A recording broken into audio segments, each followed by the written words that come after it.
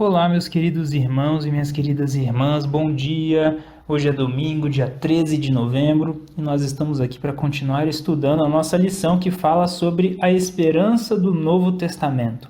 E o título da lição de hoje é Esperança além desta vida. E antes de nós começarmos aqui o nosso estudo, vamos orar a Deus e pedir que Ele se faça presente conosco? Oremos. Senhor Deus, muito obrigado, Pai, por mais um dia de vida. Obrigado, Senhor, porque o Senhor tem nos ajudado, tem nos auxiliado, tem cuidado de nós, e obrigado pela oportunidade de aprendermos mais sobre essa esperança tão grande que o Senhor nos concede.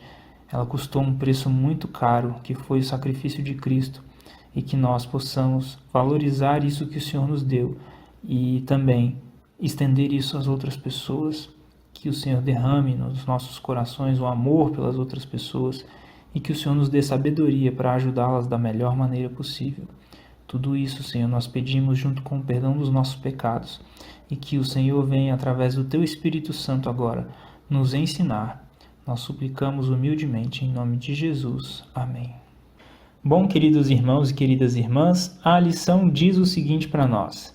Heródoto, historiador grego, que viveu ali entre 485 e 425 a.C., escreveu sobre uma tribo em que, quando alguém nascia, começava um período de luto, pois eles previam o sofrimento que a criança enfrentaria na fase adulta. Parece um ritual estranho, mas há lógica nele. Milênios depois, no século XX, um anúncio nos Estados Unidos dizia: "Para que viver se você pode ser enterrado por $10? Que perspectivas aí, não é, meus queridos irmãos e queridas irmãs? As pessoas sofrendo quando alguém nascia, né, tendo um período de luto, porque aquela criança no futuro sofreria, e a situação desse anúncio também norte-americano que não traz nenhuma perspectiva de valor para a vida, não é? E a lição vai continuar dizendo: a vida pode ser difícil, mesmo que acreditemos em Deus e na eternidade. Imagine, porém, quão difícil é para os que não têm esperança de nada além desta curta e conturbada existência. Muito se fala sobre a falta de sentido da existência, uma vez que não apenas morremos, mas temos a percepção de que vamos morrer. Essa percepção torna a vida aparentemente insignificante e vazia. Um pensador se referiu aos seres humanos como nada além de pedaços de carne estragada em ossos em desintegração. Bastante macabro, porém, é difícil argumentar contra a lógica. Bom, meus queridos irmãos e queridas irmãs, diante desse tipo de perspectiva, parece que a vida perde completamente o valor, não é? Mas vejam só o que a lição traz para nós. Em contraste com isso, temos a promessa da vida eterna. Essa esperança está em Jesus e no que sua morte e ressurreição oferecem.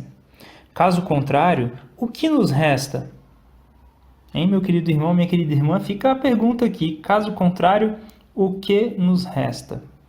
E agora, meus queridos irmãos e minhas queridas irmãs, a lição vai nos direcionar para um texto bíblico que foi escrito por alguém que tratou aí dessa questão, não é? Dessa perspectiva. Vamos ler 1 Coríntios capítulo 15, do verso 12 até o 19. Segundo Paulo, qual é a relação entre a ressurreição de Cristo e a esperança de nossa própria ressurreição? Então vamos ler aqui o que Paulo escreveu. Vejam só, 1 Coríntios capítulo 15, a partir do verso 12.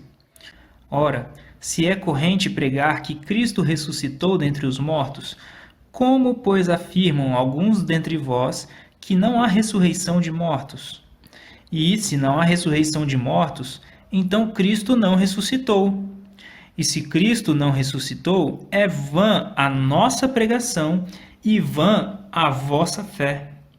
E somos tidos por falsas testemunhas de Deus, porque temos asseverado contra Deus que ele ressuscitou a Cristo, o qual ele não ressuscitou, se é certo que os mortos não ressuscitam. Porque se os mortos não ressuscitam, também Cristo não ressuscitou. E se Cristo não ressuscitou, é vã a vossa fé, e ainda permaneceis nos vossos pecados. E ainda mais, os que dormiram em Cristo pereceram.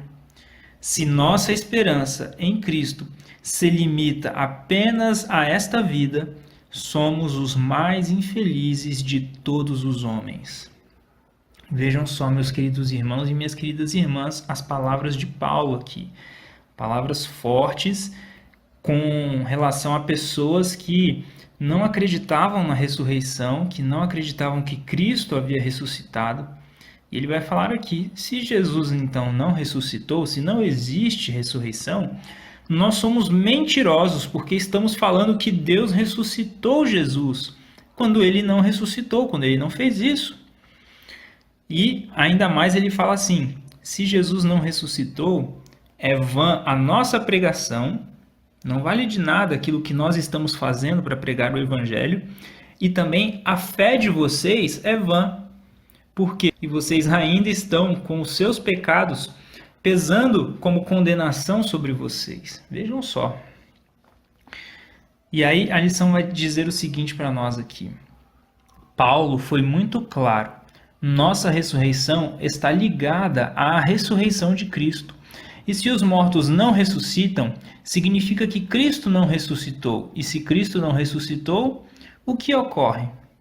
É vã a fé que vocês têm e vocês ainda permanecem nos seus pecados.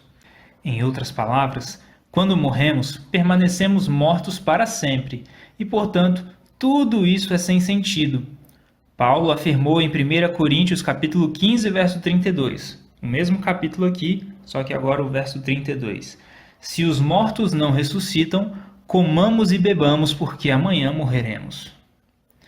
Vejam só, queridos irmãos e queridas irmãs, como Paulo ele dava importância e como nós devemos dar importância à questão da ressurreição, porque senão a nossa vida perde o sentido. É uma existência tão pequena, tão curta, que ele fala assim, se os mortos não ressuscitam, comamos e bebamos, porque amanhã morreremos. Entenderam? Bom, aí agora a lição continua dizendo assim, os dias da nossa vida sobem a 70 anos ou, em havendo vigor, a 80, diz o Salmo 90, verso 10. Se tudo der certo, se não fumarmos nem comermos muitos hambúrgueres, podemos viver alguns anos a mais. No entanto, se nossa existência como protoplasma à base de carbono é tudo o que existe, estamos em uma situação bem difícil. Não é de admirar que Ellen G. White tenha escrito: o céu vale tudo para nós, e se o perdermos, tudo perderemos. Ela escreveu essa frase na meditação matinal Filhos e Filhas de Deus. Vejam só, queridos irmãos e queridas irmãs, vou repetir aqui.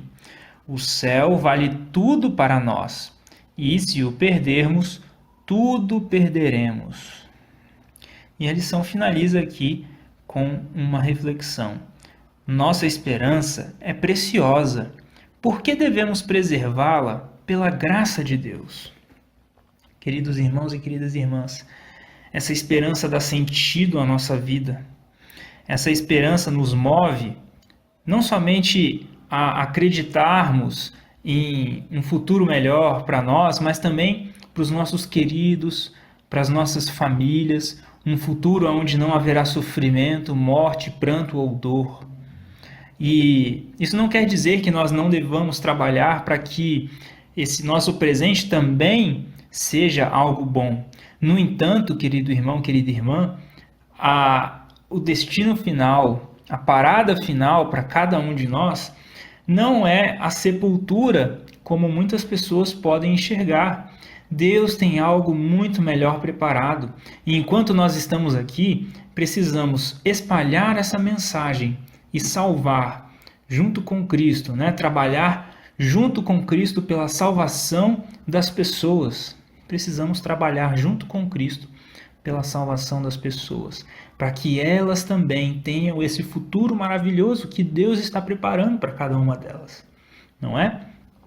Bom, nós vamos ficar por aqui. Fiquem com Deus, um grande abraço e até a próxima, se assim Deus nos permitir.